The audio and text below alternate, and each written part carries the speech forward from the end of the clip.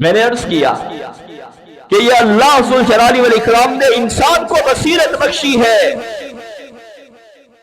بل الانسان علی نفسہ بصیرہ، انسان کے پاس خود بصیرت کا، عبرت کا سامان موجود ہے، یہ خود کو بھی جانتا ہے، اپنی صلاحیتوں کو بھی جانتا ہے، اس کے باوجود اگر اس کو اللہ کی معرفت حاصل نہیں ہوئی تو یہ سب سے بڑا جانور ہے،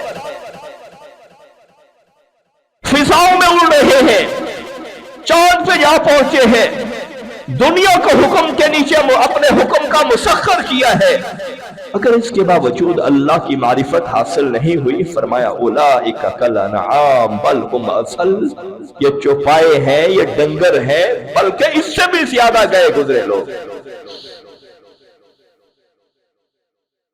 یہ اللہ ذوالجلال والاکرام نے بصیرت بخشی کہ تم نے یہ جو سفر طے کرنا ہے، اس کے لیے اس طرح کی آپ دوست ہونی چاہیے اور اس طرح کی اس کی یہ پوزیشن ہونی چاہیے۔ 3.5 گھنٹے کا ان کا یہ سفر تھا اور 2.25 گھنٹے کے بعد ان کا رابطہ منقطع ہوتا ہے۔ 3-4 دن تک پوری دنیا نے زور لگایا، ان کی ہیلپ کرنے کی کوشش کی، اور 4 ممالک سر فہرست رہے کہ ان کو بچانا چاہیے، انسانیت کی خدمت ہے، ٹھیک ہے۔ امریکہ آیا، برطانیہ آیا، کینیڈا آیا، فرانس آیا، سبھی اپنے پاس جو موجود اسباب اور وسائل تھے وہ سارے لے کر آئے، اپنی فضائیوں کو لے کر آئے، اپنی بحری افواج کو لے کر آئے، اور سمندر میں جو جاسوسی کے آلات ہیں ان آلات کو لے کر آئے، اتنے تیز ترین آلات کہ اگر کہیں پر زیر سمندر کوئی پنکھا بھی چل رہا ہے کسی آپ دوست کا یا کسی چیز کا یا کسی چیز کی ٹھوکر ہے، کوئی انسان اگر موجود ہے اور وہاں پر موجود ہونے کی شکل میں وہ کسی چیز کو کھٹکھٹا رہا ہے، مدد کے لیے طلب کر رہا ہے، ان کے پاس ایک آلہ ہے جس کو سنار کہا جاتا ہے، وہ آلہ رہنمائی کرتا ہے آواز کی اور آہٹ کی۔ ان تمام کے باوجود رسول اللہ صلی اللہ علیہ وسلم کا وہ ارشاد گرامی پورا ہوا جو آپ نے حضرت عبداللہ بن عباس رضی اللہ تعالی عنہما سے ارشاد فرمایا، جامع ترمذی کی روایت ہے 2516 نمبر پہ، آپ نے ارشاد فرمایا، عبداللہ وَعَلَمْ أَنَّ الْأُمَّةَ لَوْ اجْتَمَعَتْ عَلَىٰ أَن يَنْفَعُوكَ بِشَيْءٍ لَمْ يَنْفَعُوكَ بِشَيْءٍ إِلَّا قَدْ كَتَبَهُ اللَّهُ لَكَ۔ عبداللہ، پوری دنیا کے بڑے بڑے ممالک اپنا وہ اسلحہ لے کر، اپنے آلات لے کر، اپنا ساز و سامان لے کر تیری مدد کے لیے آئے، وہ تب تیری مدد کر سکتے ہیں جب اللہ ذوالجلال والاکرام تیری مدد کرے گا، اگر اللہ مدد نہیں کرے گا تو پھر تیری مدد نہیں کر سکے، اور جتنی اللہ چاہے گا اتنی مدد کرے گا، اور جتنی اللہ نہیں چاہے گا اس سے زیادہ مدد نہیں ہو سکتی۔ ایک بندے کا میں دیکھ رہا تھا یوٹیوب کے اوپر، تقریباً 1.25 سال 13-14 مہینے ایک معمولی سی سادہ سی کشتی جس کو وہ یعنی سمندر کے اندر مچھلیاں پکڑنے کے لیے استعمال کرتے تھے، 2-4 گھنٹے کے لیے گئے، بڑی بات ہوئی تو 1 دن کے لیے چلے گئے، بھنور کے اندر پھنسے، اپنا سامان جس کے اندر ان کی چھوٹی سی فریج تھی اور کوئی راشن تھا یا سلنڈر وغیرہ اس قسم کی چیزیں، ساری 2-3 بندے تھے، انہوں نے سمندر کے اندر پھینکی، کشتی کا وزن ہلکا کیا، 1 دن گزر گیا، 2 دن گزر گئے، 3 دن گزر گئے، ہفتہ گزر گیا، 2-3 مہینے گزرے، 1-2 بندے وہ مر گئے، ان کو سمندر کے اندر پھینک دیا کیا، اور 14-15 مہینے کے بعد یہ بندہ غیر مسلم ہی لگ رہا تھا، کسی جزیرے پر جا کر یہ پہنچا، آپ ذرا غور کیجئے کہ پاس پینے کے لیے پانی بھی موجود نہیں ہے، کھانے کے لیے راشن بھی موجود نہیں ہے، رابطہ کرنے کی کوئی سبیل بھی موجود نہیں ہے، بیٹری ختم ہو چکی ہے، جس آلے سے، جس ریڈار وغیرہ سے یا جس وہ یعنی آلے سے رابطہ کرتے تھے وہ بھی ختم ہو چکا، اس کی بیٹری ڈیڈ ہو چکی، اور یہ اس گہرے سمندر کی طرف چلا گیا جہاں پہ بحری جہازوں کی آمد رفت بھی موجود نہیں ہے۔ 6 مہینے گزر گیا، آپ اندازہ کیجئے، 7 8 9 10 11 12 13 14 مہینے 15 مہینے تقریباً گزرے۔ بی بی سی نے یہ رپورٹ دی ہے 15 مہینے گزرے ہیں۔ ایک جزیرے پر گئے، یہ آدمی وہاں پہ پہنچا، یہ ہکا بکا انہوں نے اطلاع کی، اور دوبارہ یہ آدمی اپنی اس دنیا میں آیا۔ بی بی سی نے یہ ساری اس کی رپورٹ شائع کی ہے کہ کون ہے جو سمندر کے اندر بھٹکے ہوئے لوگوں کو رستہ دکھاتا ہے، یہ کون ہے جو اتنا وسیع اور عریض سمندر ہے اس کے اوپر ایک معمولی سی کشتی چل رہی ہے، معمولی سی۔ اس سوال کا جواب اللہ کے قرآن کے اندر موجود ہے۔ اللہ فرماتے ہیں وَسَخَّرَ لَكُمُ الْفُلْكَ لِتَجْرِيَ فِي الْبَحْرِ بِأَمْرِهِ، اللہ ذوالجلال والاکرام نے کشتیوں کو تمہارے حکم کا پابند کیا ہے۔ سخرا اس کا مطلب ہے زبردستی کسی سے بات منوانا۔ جس طرح موٹر سائیکل ہے، اللہ نے انسان کے حکم کے متحد کیا ہے، کار ہے انسان کے حکم کے متحد ہے، بحری جہاز ہے اتنا بڑا، اتنا وسیع و عریض، اتنا بھاری بھرکم، یہ انسان کے حکم کا متحد ہے۔ یہ اتنی بڑی جو ٹرین ہوتی ہے، ہوائی جہاز ہے، جانور ہے، یہ سب اللہ نے انسان کے حکم کے متحد کیے ہیں۔ اور تسخیر کا مطلب یہ ہے کہ تم نے زبردستی اس کے اوپر قبضہ کرنا ہے۔ یہ ساری چیزیں انسان کے مسخر ہیں۔ اونٹ کو آپ دیکھ لیں، کتنا طاقتور جانور، اگر انسان کے اوپر اپنا سینہ رکھ دے اس کی پسلیوں کو کچل کے رکھ دے، لیکن ایک چھوٹا سا بچہ بھی اس کی نکیل کو پکڑ کر اس کو جدھر مرضی لے جائے وہ اس کے ساتھ چلتا جاتا ہے، چلتا جاتا ہے۔ کیوں؟ اللہ نے کہا ہے کہ یہ تمہارا آقا ہے، تم نے اس کی بات کو ماننا ہے۔ فرمایا وَسَخَّرَ لَكُمُ الْفُلْكَ، اللہ نے کشتیوں کو تمہارے لیے مسخر کیا ہے، لِتَجْرِيَ فِي الْبَحْرِ بِأَمْرِهِ، یہ کشتیاں سمندر میں اللہ ذوالجلال والاکرام کے حکم سے چلتی ہے۔ یہ جواب ہے۔ کون بچانے والا ہے؟ گہرے پانیوں کے اندر، طوفانوں اور موجوں کے اندر، تاریک راتوں کے اندر اللہ ذوالجلال والاکرام بچانے والا ہے۔ اور یہ کشتیاں اللہ ذوالجلال والاکرام کے حکم کے مطابق چلتی ہیں۔ ٹائٹینک جب جہاز بنایا گیا، آج سے 1 صدی پہلے کی بات ہے، 111 سال پہلے کی بات ہے۔ اس زمانے کی وہ واقعتاً مارکا آرا چیز تھی، لیکن جو اس کا انجینئر تھا اس نے زبان سے ایسی بات کہی، اللہ ذوالجلال والاکرام نے بتا دیا کہ میں پوری دنیا کو یہ بتانا چاہتا ہوں، پوری دنیا کو میں یہ بتانا چاہتا ہوں کہ یہ جو کشتیاں، یہ جہاز، یہ سفینہ، یہ سارے چلتے ہیں تو اللہ ذوالجلال والاکرام کے حکم سے چلتے ہیں۔ مت کسی کو اپنی ٹیکنالوجی پہ، اپنی صلاحیت پہ، اپنی انجینئرنگ کے اوپر کوئی فخر ہونا چاہیے۔ یہ سب کچھ اللہ ذوالجلال والاکرام بھی کروانے والا ہے۔ بحری بیڑا ہو یا پھر چھوٹی کشتی ہو، اس کو سطح سمندر کے اوپر اللہ ذوالجلال والاکرام نہیں چلانے والا ہے، اللہ کے علاوہ کوئی نہیں چلاتا۔